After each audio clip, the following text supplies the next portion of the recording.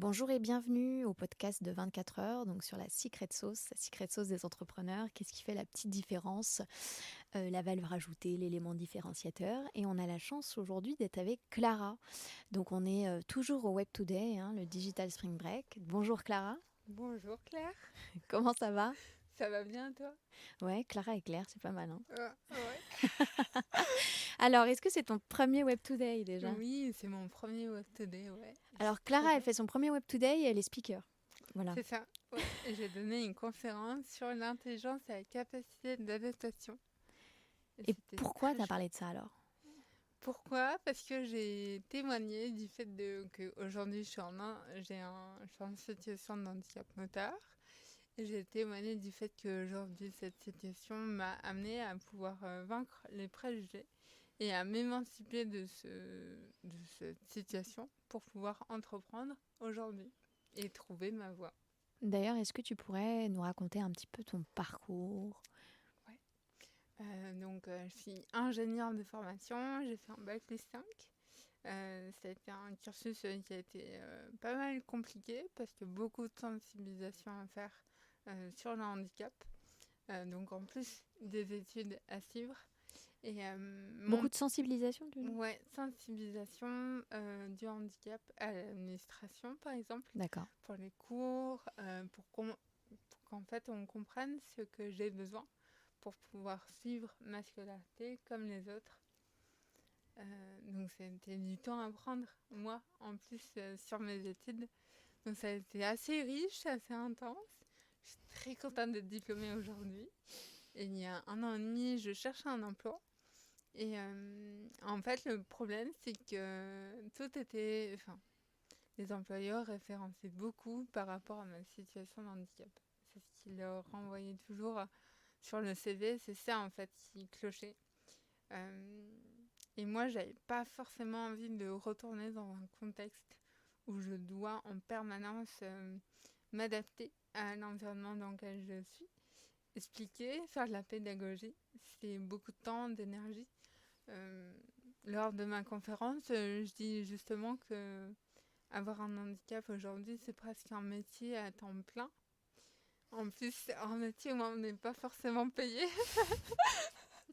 Donc, c'est pas mal d'énergie à donner. Et donc, j'ai souhaité m'émanciper en tout cas de ce cadre-là pour peut-être aussi apprendre aux autres à s'adapter et pouvoir en tout cas avoir cette liberté de me dire moi je souhaite travailler avec des personnes qui vont pouvoir s'adapter. C'est-à-dire que j'ai pas envie de travailler avec des personnes qui vont justement me renvoyer tout le temps ma situation de handicap ou qui vont me renvoyer les préjugés auxquels ça peut faire référence. Être totalement toi-même en faisant en sorte effectivement que ce soit les autres aussi qui s'adaptent, qui acceptent totalement.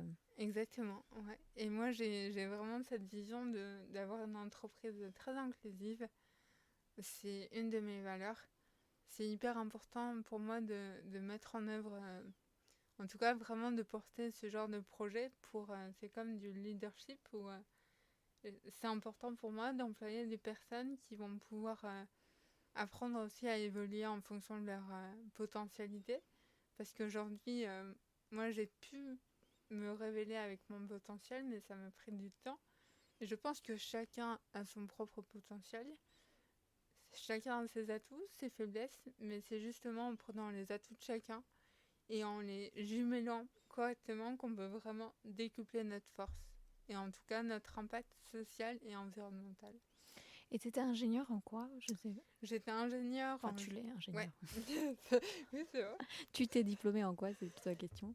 J'étais diplômée ingénieure en bâtiment, génie civil, et je me spécialisais plus vers l'aménagement du territoire avec des Exactement. stages.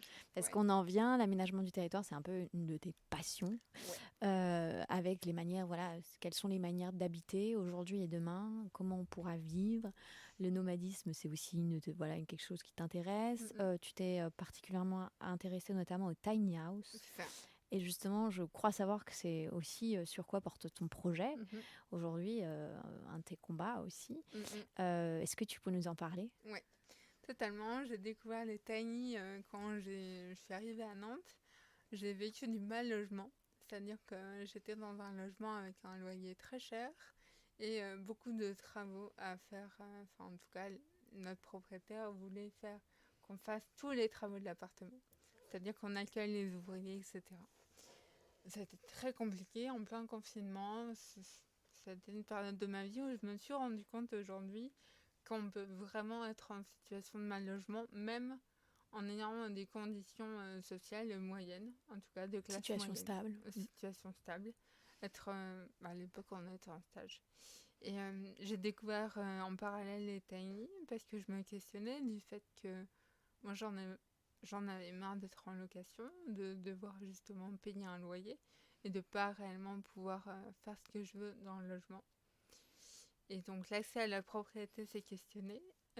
J'étais en chômage, j'ai pris peur en fait. Je me suis dit, ouh là là, ça va être compliqué. Et donc j'ai découvert les tiny en parallèle. Et, euh, et pour moi, c'était vraiment une révélation. C'est-à-dire que du moment où j'ai découvert les tiny, j'avais une sensibilité sur le nomadisme, sur le minimalisme. Mais à la découverte de ça, vraiment, depuis 1 an et demi, je vis tiny.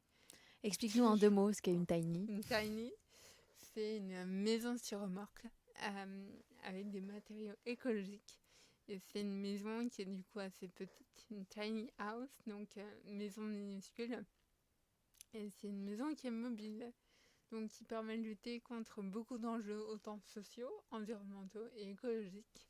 Et c'est ça qui est hyper intéressant, je trouve, c'est qu'on peut vraiment corréler ces trois entités-là, en tout cas les trois facteurs importants aujourd'hui pour vraiment œuvrer vers une transition écologique et sociale. Et pourquoi, pour toi, les tiny, ça répond vraiment aux enjeux que rencontrent les gens aujourd'hui, en fait comme tu dis, sociaux, environnementaux. Oui, parce qu'une tiny, en fait, on peut l'auto-construire soi-même, c'est-à-dire qu'on peut vraiment pouvoir construire C'est sa pas trop maison. cher? Ça peut être cher si on fait appel à des constructeurs, vu la pénurie des matériaux actuels. Mais justement, on peut pouvoir s'émanciper du fait de pouvoir construire soi-même sa maison. C'est ça qui est hyper intéressant. C'est une maison qui n'a pas de fondation, donc elle est mobile. Ça permet de lutter contre l'artificialisation des sols, le fait de bétonner, et donc le fait de s'étaler, de l'étalement urbain, le fait que la ville aujourd'hui grignote de plus en plus de territoire sur la campagne. Et la campagne est hyper importante à préserver puisque ce sont nos terrains agricoles qui permettent de nous nourrir. Et du coup, je crois que tu as un projet lié à la tiny pour cet été. Oui, ouais. Qu'est-ce que c'est? Cet été, je pars au départ de Nantes le 14 juillet pour faire 40 jours à vélo avec ma maison sur le dos. Alors, je ne vais pas transporter une tiny avec un vélo, mais je vais en tout cas partir avec une remorque derrière moi, où il y aura mon matériel de camping. Et donc, l'objectif de cette aventure, qui est une aventure à la fois collective et humaine et participative, parce que l'objectif, c'est de faire participer les gens, c'est de promouvoir en fait la sobriété. Le fait de questionner quels sont nos besoins actuels. Ok, j'ai besoin d'électricité, mais il va falloir que je trouve un camping pour y aller, quoi. Enfin, pour avoir droit à l'électricité. C'est ça qui est hyper intéressant. Et ça va permettre aussi de pouvoir rencontrer pas mal de personnes qui justement questionnent ces nouvelles formes d'habiter. Et moi, ce qui m'intéresse aujourd'hui, c'est d'utiliser autant l'habitat réversible avec la tiny et l'habitat participatif. C'est quoi l'habitat réversible? Donc réversible, c'est ce qu'on appelle la tiny house, donc la réversibilité. C'est ce qui répond à 3 caractéristiques. C'est le fait que ce soit un habitat démontable, transportable ou encore biodégradable. Donc c'est un habitat qui ne laisse très peu d'empreintes derrière soi. Il peut également être autonome en ressources. Donc ton périple il dure 40 jours. Tu Tu as déjà ton parcours, tu sais un peu qui tu vas voir. C'est ça, ouais. Le parcours est en train de se faire actuellement. L'idée, c'est de faire de Nantes à Brest en passant par le canal. Et donc, parmi les points de parcours, il y a des mairies à aller voir, des élus. Il y a des tiers-lieux, il y a de l'habitat participatif. Il y a vraiment des écoliers aussi qui sont déjà montés et qui sont exemplaires. Il y a par exemple un village de Tiny House qui est du côté de Saint-Brieuc. Il y a un festival d'ailleurs. Je commence mon tour par 3 jours de festival, le festival des Palourdes. Génial. Donc des maisons qui sont palourdes, à Saffray, au nord de Nantes.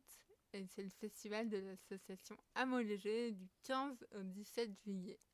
Donc si vous passez par là, n'hésitez pas. Comment on peut t'aider alors dans ce parcours? Qu'est-ce qu'on peut faire? Alors vous pouvez me suivre parce que je vous emmène dans cette aventure. Bah ça c'est sûr, on va te suivre, mais avec plaisir.